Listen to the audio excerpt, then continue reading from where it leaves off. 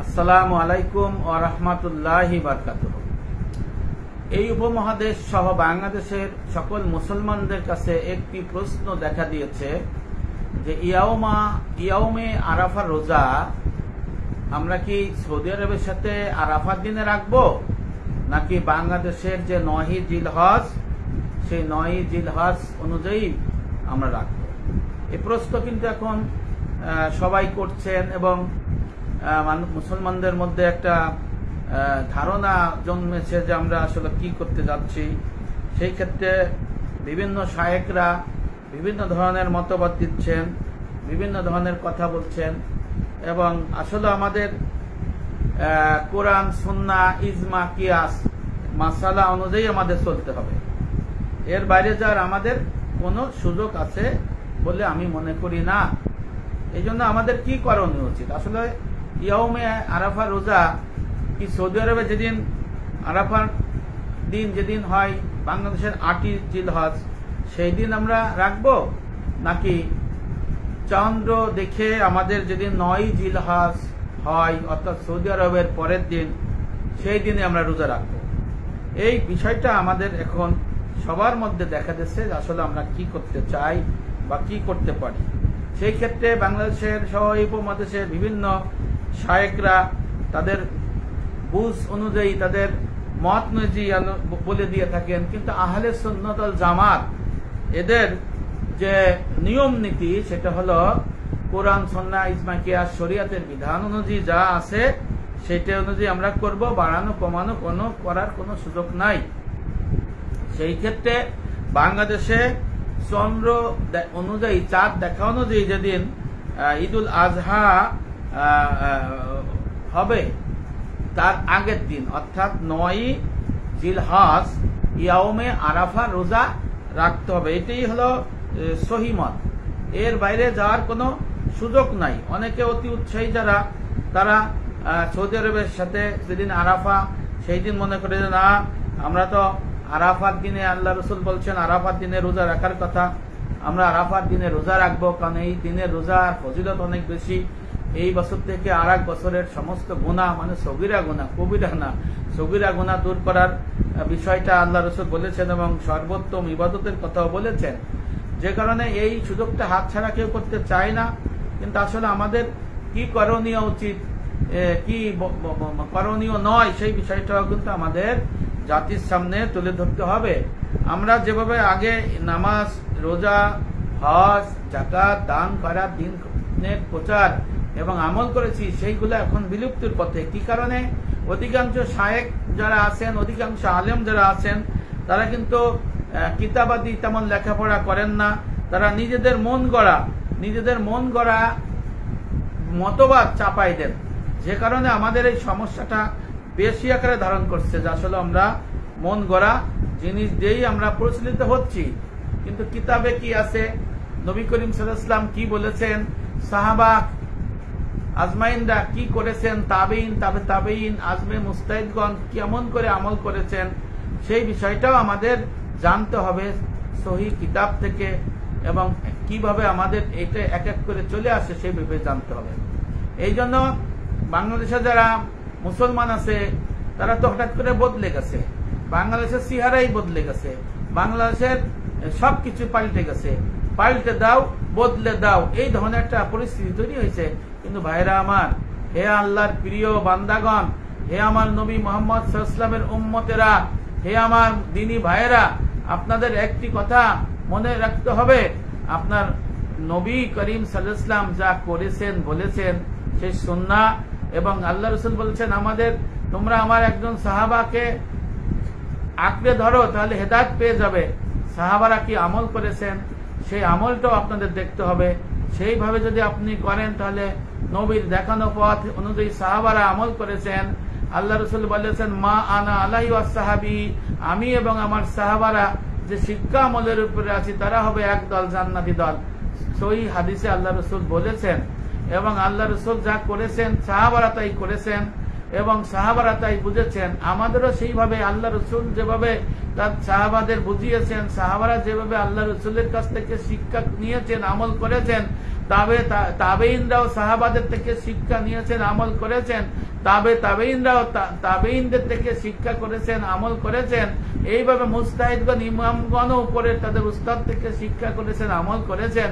আমাদেরও সেইভাবে করতে হবে এবং দলিল ভিত্তিক। ভাইয়ের আমার, এই জন্য হাজার হাজার প্রশ্ন মানুষের হৃদয়ের মধ্যে, আসলে আমরা কোন দিন রোজা রাখবো, এই বিষয়টা কিন্তু আজকে আমি পরিষ্কার করার জন্য আসি। আপনারা যারা আছেন ধৈর্য সহকারে দেখুন, যে যেহেতু আমরা পরিপূর্ণ দিন নিয়ে গবেষণা করি, পরিপূর্ণ দিন নিয়ে আমরা চর্চা করি, যত ধরনের আলোচনা আমরা করি ইনশাআল্লাহ আলহামদুলিল্লাহ ভালো হবে, এবং অতীতের মতো ভালো যারা হয়েছে এই জন্য আলহামদুলিল্লাহ। যে কোনো ইয়মে আরাফা রোজা 9 জিলহজ নাকি সৌদি আরবের সাথে মিল রেখে ওখানের যে আরাফা হয় বাংলাদেশে যে 8 জিলহজ সেই দিন কিনা, এই জন্য আমাদের এই বিষয়টা নিয়ে আজকে আমি আলোচনা আসছি। আপনারা শুনুন এবং পারলে শেয়ার করে দিন। জিলহজ মাসের 9 তারিখকে ইয়াউমে আরাফা বলা হয়। ইয়াউমে আরাফা বলা হয় কবে? পরিষ্কার বলা হয়েছে ইয়াউমে আরাফা হলো 9ই জিলহজ। আরাফা রোজা রাখার ফজিলত অনেক, কিন্তু অনেকের মতে একটি প্রশ্ন থাকে যে আমরা আরাফা রোজা কবে রাখবো। আগেই বলেছি সৌদি আরবে যেদিন আরাফার দিন হয়, আরাফার দিবস হয়, ওই দিন পালন কেন আমরা করব না? অনেকের মধ্যে প্রশ্ন, পরের দিন তো আরাফা নাই, তাহলে আমরা কেন থাকবো? আল্লাহ রসুল কি বলেছেন? এই বিষয়গুলো থাকে। আরাফা রোজা জিলহজ মাসের 9 তারিখের সাথে সম্পৃক্ত। আরাফায়ের রোজা জিলহজ মাসের 9 তারিখের সাথে সম্পৃক্ত। রিপিট কোট, আরাফার রোজা জিলহজ মাসের 9 তারিখের সাথে সম্পৃক্ত। সুতরাং পৃথিবীর যেখানে যখন জিলহজ মাসের 9 তারিখ হবে সেখানে এই আরাফার এই রোজা সেখানেই প্রচলিত হবে এবং সেখানে প্রযোজ্য হবে। রোজা রাখতে ইচ্ছুক ব্যক্তিগণ যদি আল্লাহ রসুলের বলে দেওয়া ফজিলত অনুযায়ী ফজিলত পেতে চান, সওয়াব অর্জন করতে চান, তাহলে অবশ্যই তাদেরকে 9 জিলহজ যেখানে পড়বে সেই দিনই রোজা রাখতে হবে এবং এই সওয়াব এবং ফজিলত আপনাদের কাছে নিতে হবে। আরাফা আরবি শব্দ, এর অর্থ হল চেনা, আর এক অর্থ জানা। দীর্ঘদিন বিচ্ছেদের পর হযরত আদম আলাইহিসসালাম ও বিবি হাওয়া আলাইহিসসালামের পরস্পরের দেখা হয় এই আরাফাতের দিনে। এটি তওবা করার দিবস, ক্ষমা প্রার্থনা করার দিবস। আরাফাতের ময়দানে বিচার দিবসে হাসরের ময়দানের কথা স্মরণ করিয়ে দেয়, যেখানে সমগ্র মানব জাতি একত্রিত হয় সুবিস্তৃত এক ময়দানে। এই দিবসে মহান আল্লাহ তার অবারিত ক্ষমা, অগণিত রহমত, বরকত, দয়া, অনুকরণা প্রদান করে থাকেন। জিলহজ মাসের 9 তারিখ পবিত্র আরাফাতের দিন। এবার আমাদের সেই দিনের করণীয় হলো কি, সেই বিষয়টা নিয়ে আমাদের আলোচ্য বিষয়। আরাফা দিনের রোজা মূলত রোজ একটি নয়, কয়েকটি হাদিসে রয়েছে যে আল্লাহ রসুল এই আরাফার দিনের রোজার কথা বলেছেন। আর যারা বলছেন যে একদিন রোজা রাখলে হবে না, আবার বলছেন 10 দিন রোজা রাখতে হবে, আবার বলছেন 2 দিন রোজা রাখতে হবে, এদের বিভিন্ন ধরনের মতবাদ চলে আসছে। আরাফাতের দিনে একটি রোজা রাখলে আল্লাহ রসুল বলেছেন বান্দার 2 বছরের গুনাহ মাফ হয়। নবীজি সাল্লাল্লাহু আলাইহি ওয়াসাল্লাম বলেন, ইয়াউমে আরাফার রোজার বিষয়ে আমি আল্লাহর কাছে আশাবাদী, মহান রব্বুল আলামিনের দ্বারা এর আগের 1 বছর আর পরের 1 বছরের গুনাহ মাফ করবেন। সহিহ মুসলিম শরীফ হাদিস নাম্বার 1162।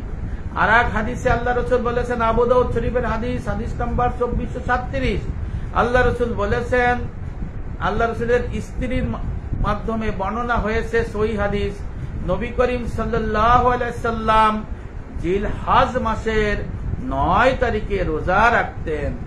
সহিহ হাদিস, আল্লাহ রসুল নবী করিম সাল্লাল্লাহু আলাইহি সাল্লাম জিলহজ মাসের 9 তারিখেই রোজা রাখতেন। কিন্তু প্রশ্ন হলো এই আরাফার দিন কোন তারিখে হবে? সৌদিতে 9 জিলহজ হয়, তখন বাংলাদেশে হয়তো 8টি জিলহজ। তাহলে কি বাংলাদেশের সৌদি সমান অনুযায়ী রোজা রাখা উত্তম? রোজা রাখতে হবে নাকি বাংলাদেশে যখন চাঁদ উঠবে 9 জিলহজের চাঁদ, সে 9 জিলহজের দিন রোজা রাখবে? এই প্রশ্নের উত্তর আমরা খুঁজে দেখতে পারি কোরআন, সহিহ হাদিস, নববী এলেম, সাহাবাদের ইজমা, ফিকহি ব্যাখ্যা। কোরআনে মাস গণনার জন্য চাঁদের গতিপথকে নির্ভরযোগ্য মানা হয়েছে। মহান রব্বুল আলামিন পবিত্র কোরআনুল কারীমের সূরা ইউনুসের 5 নম্বর আয়াতে স্পষ্ট জানিয়ে দিয়েছেন, তিনি সূর্যকে দীপ্তিময় করেছেন এবং চন্দ্রকে করেছেন আলোক উজ্জ্বল, এবং এর জন্য তিনি মঞ্জিল নির্ধারণ করেছেন যাতে তোমরা বছরের হিসাব জানতে পারো। সুবহানাল্লাহ। এই আয়াত প্রমাণ করে মহান রব্বুল আলামিনের এই আয়াত দ্বারা হিজরি মাস নির্ধারণ হয় চাঁদ দেখার উপর ভিত্তিতে। পৃথিবীর বিভিন্ন স্থানে চাঁদ দেখার সময় ওই ভৌগোলিক অবস্থানের কারণে 1 বা 2 দিন পার্থক্য হতে পারে। এখানেই মূল কথা। আরাফার দিন মানে হিজরি 9 জিলহজ। হাদিসে এই দিনটি নির্ধারণ করতে বলা হয়নি যে আরাফা সৌদি আরবে যেদিন আরাফা সেই দিনই সারা বিশ্বের সাথে নির্ধারণ হবে, সেটা বলা হয়নি। এবং সৌদির তারিখের সাথে নির্ভর করার কথা বলা হয়নি। আপনাদেরকে এই যে একটা মাযহাব আছে যেটা আমাদের সকলে মানে আহলে সুন্নাত ওয়াল জামাত, সেই বিষয়টা আমি পরিষ্কার করে দিচ্ছি। সহিহ মুসলিমে একটি হাদিস রয়েছে এবং বিখ্যাত ঘটনা আর কি। হাদিস নাম্বার 1087। নবী করিম সাল্লাল্লাহু আলাইহি ওয়াসাল্লামের প্রিয় সাহাবা হযরত আব্দুল্লাহ ইবনে আব্বাস রাইসুল মুফাসসিরিন, উনি একটি কাজে সাহাবী কুরাইবকে সিরিয়া পাঠিয়েছিলেন। সাহাবী কুরাইব রাদিয়াল্লাহু আনহু সিরিয়ার চাঁদ একদিন আগে দেখেছেন। মদিনায় ফিরে এসে আব্দুল্লাহ ইবনে আব্বাসকে বলেন যে তিনি তো সিরিয়ায় চাঁদ দেখেছেন একদিন আগে, অর্থাৎ ওই দিন সিরিয়ায় ঈদ হচ্ছে। তখন আব্দুল্লাহ ইবনে আব্বাস জানালেন, আমরা আমাদের চাঁদ দেখা অনুযায়ী রোজা রাখবো এবং আমরা আমাদের চাঁদ দেখা অনুযায়ী আমরা ঈদুল ফিতর উদযাপন করব। আমাদের জন্য আমাদের চাঁদ দেখাই যথেষ্ট। এই হাদিস প্রমাণ করে স্থানীয় চাঁদ দেখা অনুযায়ী রোজা ও ঈদের দিন নির্ধারণ করাই হয়েছে হাদিসের পদ্ধতি। অর্থাৎ সিরিয়া আর মক্কা বেশি দূরে নয়। সিরিয়ায় যেদিন ঈদ হলো, আব্দুল্লাহ ইবনে আব্বাস রাদিয়াল্লাহু আনহু মক্কার অধিবাসীরা ওই দিন ঈদ করলেন না, উনরা চাঁদ দেখেন নাই সেই দিন, যে পরের দিন দেখেছেন, তাই পরের দিন ঈদুল ফিতর উদযাপন করেছেন। অর্থাৎ সিরিয়া কিন্তু আরব ভূমির মধ্যেই অবস্থিত, সেখানে আল্লাহ রাসূলের সাহাবাগান মক্কা মদিনায় এই কাজটি করেছেন। এবং এখানে দেখা যাচ্ছে যে বিজ্ঞানে আমরা জানি চাঁদ ঘোরে, এক জায়গায় আগে সূর্য উদয় হয় আর এক জায়গায় পরে সূর্য উদয় হয়, এক জায়গায় আগে সূর্য অস্তমিত হয় আর এক জায়গায় পরে সূর্য অস্তমিত হয়। তেমনি ভাবে চাঁদও এক জায়গায় আগে উঠে পরে উঠে আর অন্য জায়গা, এইভাবে আমাদের এই পৃথিবী চলছে। তাই একই দিনে পৃথিবীর কোথাও চাঁদ ওঠে না, একই দিনে কোথাও একই সময়ে কোথাও পৃথিবীতে সূর্য ওঠে না এবং অস্তমিত যায় না। সেই হিসেবে একদিনেই আরাফার দিনকে নির্ধারণ করা বাস্তব সম্মত নয়। কিছু ওই পন্থার লোক আছে যারা এটা মানতে চায়। তাদের উস্তাদ হল ইবনে তাইমিয়া রাহমাতুল্লাহ আলাইহি বলেন, প্রত্যেক দেশের মানুষ তার নিজের চাঁদ দেখার ভিত্তিতে রোজা ও ঈদ পালন করবে। এতে 1-2 দিনের পার্থক্য হলে কোনো সমস্যা নাই। ফতোয়া ইবনে তাইমিয়া, মাজমুউত ফতোয়া 25 খণ্ড 107 পৃষ্ঠার মধ্যে এটা লেখা। অনেক ফকি আছেন, তারা একমত আরাফার রোজা সহ সব ইবাদত নিজস্ব স্থানীয় চাঁদ দেখানো অনুযায়ী নির্ধারণ করাই উত্তম এবং সেটাই শরীয়ত সম্মত সাহাবাদের আমল। আরাফার রোজা হচ্ছে একটি মহান ইবাদত, কিন্তু সেই ইবাদতের গ্রহণযোগ্যতা নির্ভর করে সঠিক তারিখ নির্ধারণের পরে। তাই কোরআন, হাদিস এবং ফিকা সহ সাহাবাদের আমল নির্দেশ করে বাংলাদেশে আরাফা রোজা হবে যে সৌদি আরবে যেদিন আরাফার দিন হয়, আমাদের তার পরের দিন হয়, সেই দিনকে নির্ধারণ করা হয়, অর্থাৎ 9 জিলহজ। সাবধান, খবরদার, সৌদি আরবের দিনের সাথে মিল লেখা নয়। সৌদি আরবের শ্রেষ্ঠ একজন স্কলার আছে, ইসলামিক স্কলার এবং আলেমে দিন আছে, উনি শাফি মাযহাবের ইমাম হযরত শায়েখ উনি সালে মোনাজ্জেদ উনি বলেছেন যে আরাফাত দিন নির্ধারিত হয় হিজরি ক্যালেন্ডারের 9 জিলহজ হিসেবে, যা চাঁদ দেখার ভিত্তিতে হয়। তাই বিভিন্ন দেশে চাঁদ দেখার পার্থক্যের কারণে এই দিনটি একদিন আগে বা একদিন পরে হতে পারে, এটাই ইসলামী শরিয়াতের দৃষ্টিতে বৈধ। সৌদি আরবের শায়েখ সালেহ মোনাজ্জেদ সুস্পষ্টভাবে বলেছেন যে হজের আরাফা দিবস আর রোজার আরাফা দিবস আলাদা হতে পারে, কারণ রোজার বিষয়টি স্থানীয় সময় অনুসারে হয়। সৌদি আরবের আরাক স্কলার শায়েখ ইবনে বাজ রহমাতুল্লাহ আলাইহি, প্রাক্তন গ্র্যান্ড মুফতি সৌদি আরব, তিনি বলেন যারা হজে যায়নি তাদের জন্য আরাফার রোজা রাখা সুন্নত, আর এই রোজার দিন হলো তাদের স্থানীয় 9 জিলহজ, কারণ চাঁদ দেখা ভিন্ন ভিন্ন এলাকায় ভিন্ন ভিন্ন হতে পারে এবং শরিয়াতের দিকে দৃষ্টিতে এটা গ্রহণযোগ্য। উৎস মাজমু ফাতোয়া ইবনে বাজ 14 খণ্ড 416 পৃষ্ঠা। তাহলে সৌদি আরবের শায়েখদের মতে চাঁদ দেখার উপর ভিত্তি করে যেখানে 9 জিলহজ হবে সেই দিনই আরাফার রোজা রাখা হবে, এটাই শরিয়াতের নির্দেশ। বাংলাদেশে আরাফার রোজা পালন করতে হবে বাংলাদেশে চাঁদ দেখা অনুযায়ী 9 জিলহজ তারিখে, সৌদি আরবের দিন দেখে তারিখ দেখে নয়, এবং ওইখানে আরাফায় কি হচ্ছে সেইটা উদ্দেশ্য নয়। আল্লাহ রসুল 9 জিলহজকে বলেছেন এই দিনের ফজিলত। আরাফা যেদিন 8 জিলহজ হয়, 8 জিলহজ বলেন নাই। ইবাদতের মধ্যে আমাদের এই কাজ করতে হবে, ইবাদতের মধ্যে আমাদের ঐক্য প্রয়োজন, কিন্তু তা যেন হয় শরিয়াতের মূলনীতির ভিত্তিতে, যুক্তি জ্ঞান নির্ভর বিজ্ঞান নির্ভর সিদ্ধান্তের আলোকে নয়, হবে শরিয়াতের ভিত্তিতে। বিশ্বব্যাপী একতার নামে ভুল তারিখে রোজা পালন সঠিক নয়, যা অনেক জায়গা হয়। সঠিক শরিয়াতি পদ্ধতিতে রোজা পালনই হবে আল্লাহর দিনের অনুসরণ, নবীর সুন্নাহ অনুসরণ, নববী এলেমের অনুসরণ। এবার আসুন ইসলামী দৃষ্টিকোণ। ইয়াউমে আরাফা, ইয়াউমে আরাফা মানে কি? ইয়াউমে আরাফা মানে 9 জিলহজ। ইয়াউমে আরাফার তারিখ নিয়ে কারো কারো ভিন্ন মত থাকলেও নির্ভরযোগ্য সারা পৃথিবীর ইসলামী স্কলারদের ব্যাখ্যা অনুযায়ী ইয়াউমে আরাফা একটি তারিখের নাম, যা হলো জিলহজ মাসের 9 তারিখ।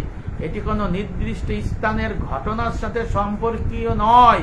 যেমন ইয়াউমুন নাহার, কুরবানির দিন, হলো 10 জিলহজ, আর হাদিস অনুযায়ী ইয়াউমে আরাফার পরের দিনই হলো ইয়াউমুন নাহার, কুরবানির দিন, যার মাঝখানে কোনো গ্যাপ নাই।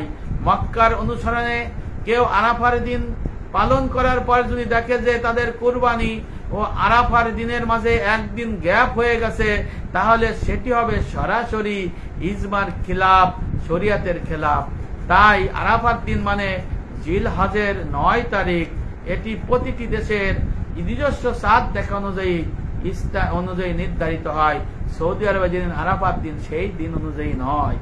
স্থানীয় চাঁদের হিসাবের গুরুত্ব।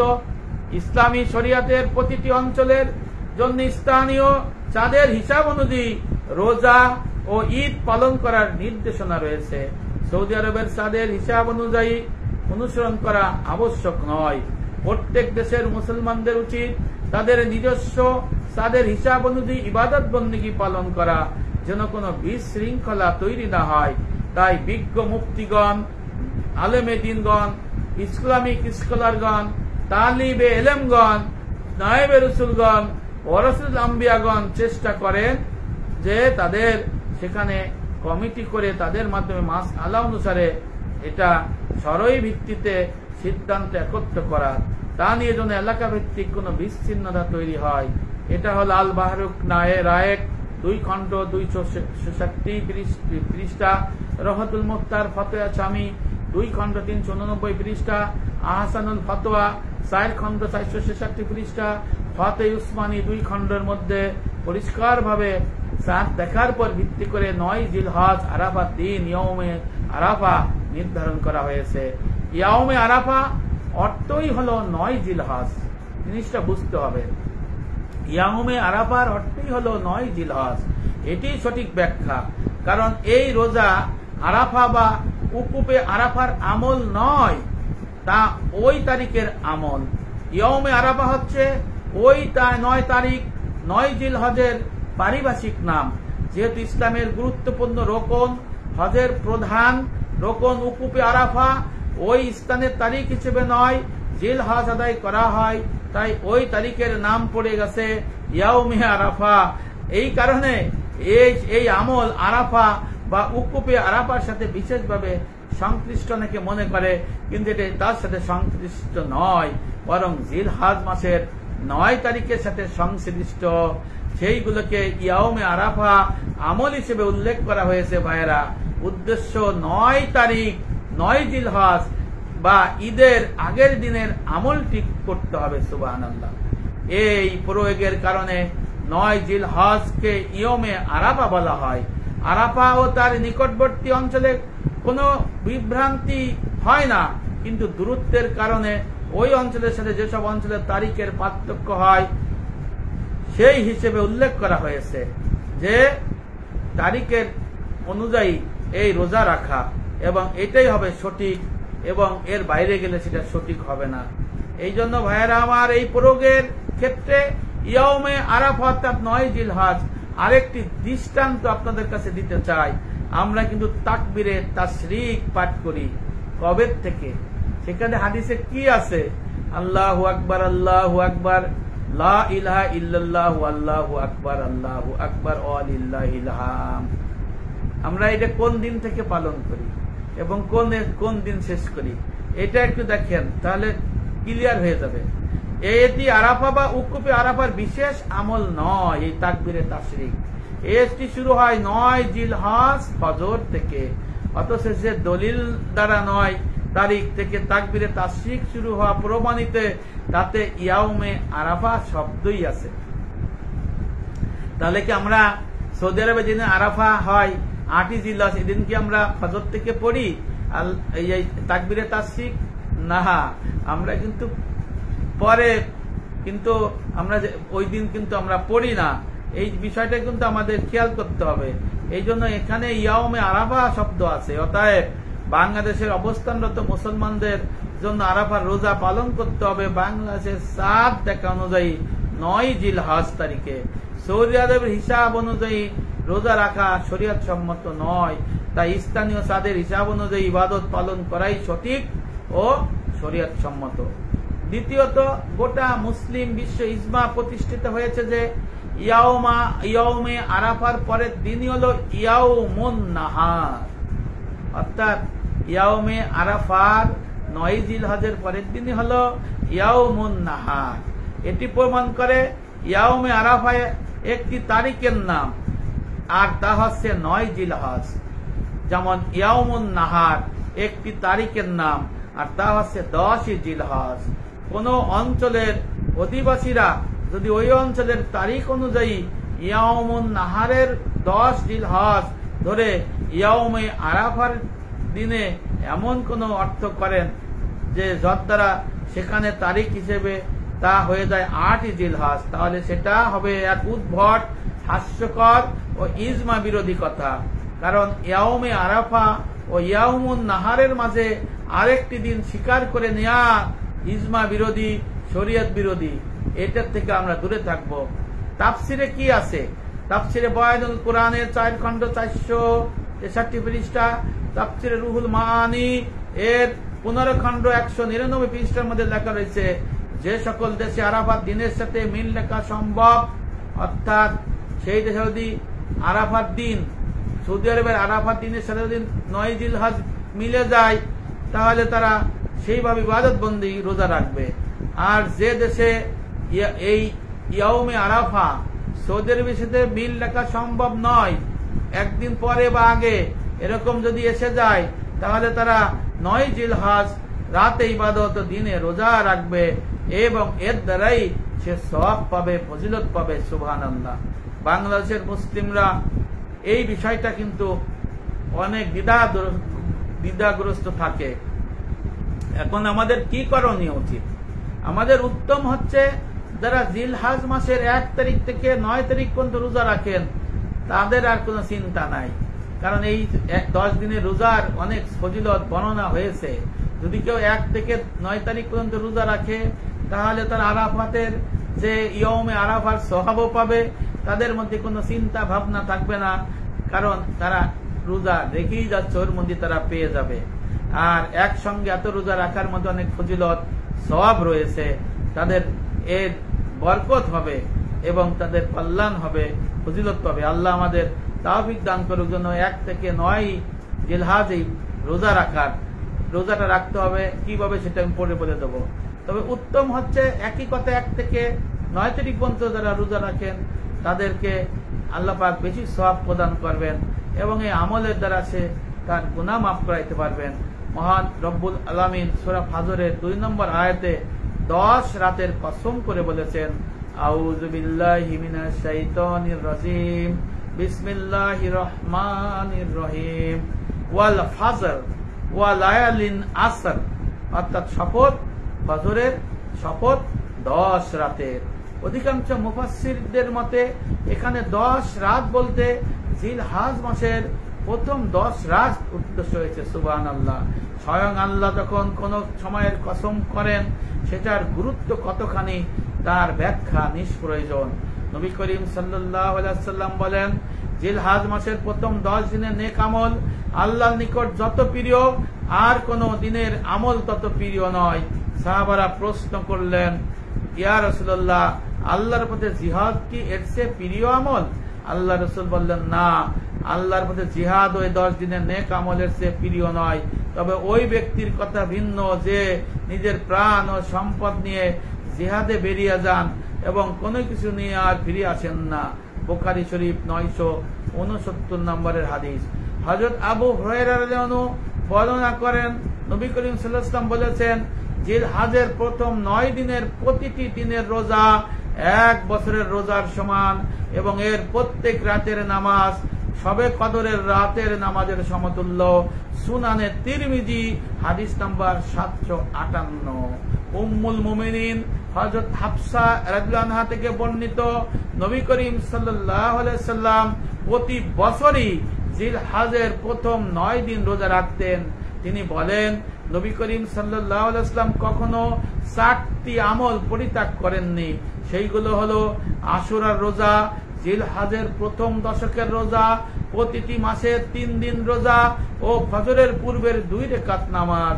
সুনানে নাসাই 2416 নম্বর হাদিস। এবার আরাফা রোজা কেন আমরা 9 জিলহজ রাখবো? আরাফা রোজা সেটা আমরা পরিষ্কারভাবে বলে দিয়েছি, ইয়াউমে আরাফা মানে 9 জিলহজ এবং এটাই সঠিক। তাই আমরা চন্দ্র দেখে এটাকে আমরা পালন করব। সর্বসম্মতিক্রমে তাকবীরে তাশরিক আমরা যে পড়ি 5 দিন, যা শুরু হয় আরাফার দিন ফজর থেকে।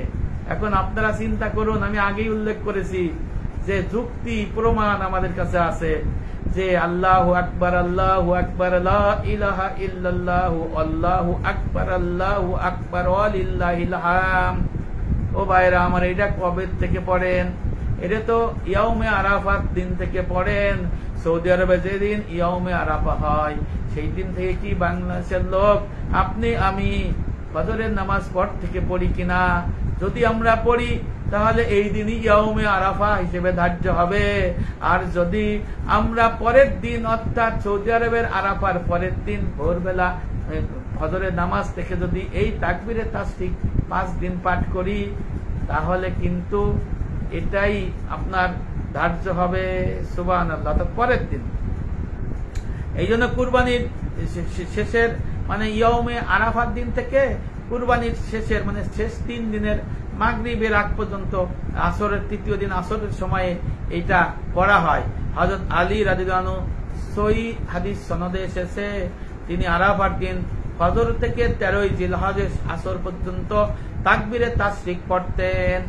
মুসান্নামে আবু ইবনে আবি সাইবা এই হাদিসটা বর্ণনা করেছেন। এই জন্য আমরা ইয়াউমে আরাফা, বাংলাদেশে যেদিন ইয়াউমে আরাফা 9 জিলহজ থাকে, ওই দিন থেকে আমরা এই তাকবীরে তাশরিক পড়া শুরু করি। যদি আরাফার দিন মানে ধরা হয় যেই দিন সৌদিতে হাজিরা হয় আরাফার ময়দানে, তাহলে বাংলাদেশ সব দেশের সময়ের ব্যবধান তারিখে একদিন পিছিয়ে থাকে, তাহলে তাকবীরে তাশরিক পড়তে হবে 6 দিন, অর্থাৎ 8ই জিলহজ থেকে 13ই জিলহজ। এটি সর্বসম্মতিক্রমে পরিত্যাজ্য, পরিত্যাগ। সুবহানাল্লাহ।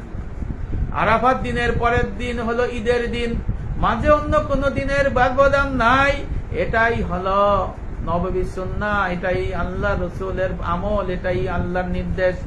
যদি কেউ একদিনের আগে যদি ইয়াউমে আরাফা পালন করে, মাঝখানে গ্যাপ রেখে পরের দিন যদি ঈদুল আজহা পালন করে, তাহলে তার কিন্তু শরিয়াতের বিরুদ্ধে হয়ে যায় এবং সেটা কিন্তু শরিয়াতের খেলাফ হয়ে যায়। তাহলে এটা কিন্তু হবে না। আরাফাত রোজা মানে যদি এটাই হয়, আরাফাতের দিনে সমবেত হওয়ার শর্ত। সেই হিসেবে দূরবর্তী দেশগুলোতে যখন 9 জিলহজ আসে, তখন হাজিরা আর আরাফাতের ময়দানে থাকে না। তাহলে ইতিহাসে একাধিকবার এমন হয়েছে যে দুর্যোগের কারণে হজই হয় নাই। সেই বছরগুলোতে যেহেতু হাজিরা আরাফাতের সমবেত হয় নাই, তাই আরাফাত দিনের ফজিলত কি নাই হয়ে গেছিল? মোটেই না। বরং হজ না হবার কারণে আরাফার ময়দানে কেউ হাজির না হলেও এই দিনের ফজিলত থাকবে, আর সেটা হলো 9 জিলহজ। এই বুঝটা আসতে হবে। হাজিদের ময়দানে হাজির হওয়ার সাথে এই ইয়াউমে আরাফা রোজার কোনো হুকুম বুঝ নাই। সালাফের যুগ থেকে আরাফার দিন হিসাবে 9 জিলহজকে ধরে আসা হয়েছে এবং সেটাই কিন্তু আমরা ধরেই করি, কখনই 8 তারিখ আমরা ধরি না। এই জন্য যদি আমরা 8 তারিখ ধরি, তাহলে সালাফের যুগকে আমরা অস্বীকার করি এবং তা মুসলমানদের জন্য গ্রহণযোগ্য হবে না। সর্বশেষ একটি কথা প্রশ্ন থেকে যায়, তাহলে আরাফাত দিন দ্বারা যদি 9 জিলহজ উদ্দেশ্য হয়, তাহলে এটাকে আরাফাত দিন না বলে সরাসরি 9 জিলহজ বললেই তো হতো। এর উত্তর হলো জিলহজ মাসের 8, 9, 10, 11, 12, 13 এই দিনগুলোতে বিশেষভাবে হাজিদের কার্যাবলীর দিকে লক্ষ্য রেখে দিনগুলির নাম রাখা হয়েছে। যেমন 8ই জিলহজ হলো ইয়াউমুত তারবিয়া, অর্থাৎ তারবিয়ার দিন। 9 জিলহজ হলো ইয়াউমুল আরাফা, আরাফার দিন। 10ই জিলহজ হলো ইয়াউমুন নাহার, কুরবানির দিন। আর 11, 12, 13 হলো আইয়ামুত তাশরিক, তাশরিকের দিন। সুবহানাল্লাহ। তো সৌদি আরবের ইয়াউমুন নাহার, কুরবানির দিন সহ অন্য দিনগুলোতে যেমন আমাদের একদিন আগে, সেইভাবে সৌদি আরবের ইয়াউমে আরাফা আমাদের একদিন আগে হবে। এটাই সাধারণ হিসাব। 8, 10, 8, 9, 10, 11, 12, 13 দিনগুলো যেভাবে বোঝা হয়, 9 তারিখকেও সেইভাবে বিবেচনা করলে আর প্রশ্ন থাকে না। এই জন্য আমি আপনাদের এই গুরুত্বপূর্ণ বিষয়টা নিয়ে হাজির হয়েছি যে আমাদের রোজা রাখতে হবে 9 জিলহজ। বাংলাদেশের 9 জিলহজটাই আমাদের রোজা রাখতে হবে। সৌদি আরবে যদি আরাফাতের দিন সেইটা নাই। আর আপনাদেরকে এইটাও আমি বুঝাই দিতে সক্ষম হয়েছি যে আরাফাত দিবসের, আরাফার দিনের মানে সৌদি আরবে যে হজের মূল যে দিন, সেই দিনের সাথে রোজার কোনো সম্পর্ক নাই। এই জন্য এই রোজা যেখানে যেখানে চাঁদের সাথে সম্পর্কিত হয় 9 জিলহজ, সেখানে রাখতে হবে ফজিলত। তবে 2 দিনের আপনারা রাখতে পারেন, কোনো অসুবিধা নাই। 9 তারিখ, 8 তারিখ এটা রাখলেও ফজিলত হয়। জোর বিজোর করে রাখলেও কোনো সমস্যা নাই। যদি কেউ 4 দিন রাখেন সমস্যা নাই, 5 দিন রাখেন সমস্যা নাই। হ্যাঁ, আর একটা বিষয় পথভ্রষ্টরা বলতে পারে, এইবার শুক্রবারের দিন ইয়াউমে আরাফা পড়ছে, আল্লাহ রাসূলের এক হাদিসে আছে যে শুক্রবারে রোজা রাখার কথা আল্লাহ পাকের রাসূল নিষেধ করেছিলেন, এটা একটা কারণবশত। কিন্তু সর্বসম্মত ইজমা হলো যে যদি কেউ মানত করে, মানতের রোজা শুক্রবারে করা যাবে, যদি দিন ধার্য হয়ে যায় ইয়মে আরাফা রাখতে পারবে। কিন্তু সাধারণত আল্লাহ রাসূল শুক্রবারে অন্য ইবাদত বন্দেগী তাকে বিধায় রোজা রাখার কথা না করেছিল। তবে সর্বসম্মত ঐক্যমত যে শুক্রবারে রোজা রাখা যাবে, কোনো অসুবিধা নাই। এই সত্যির জন্য আবার কেউ চিন্তা না করে শুক্রবার রোজা রাখা যাবে না। এখন আপনারা কি করবেন, নফল রোজা রাখবেন না কি করবেন?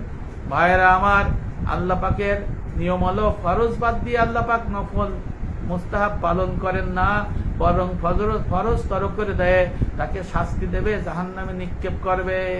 যাদের জীবনে বালেগ হওয়ার পরে কাজা রোজা আছে, রোজা বাকি আছে, তারা যদি দেখেন তাদের রোজা পরিপূর্ণ নাই, তাহলে তারা যত রোজা রাখবে ফরজের পরে 1 মাসের পরে সমস্ত রোজা কাজার রোজা নিয়ত করবে।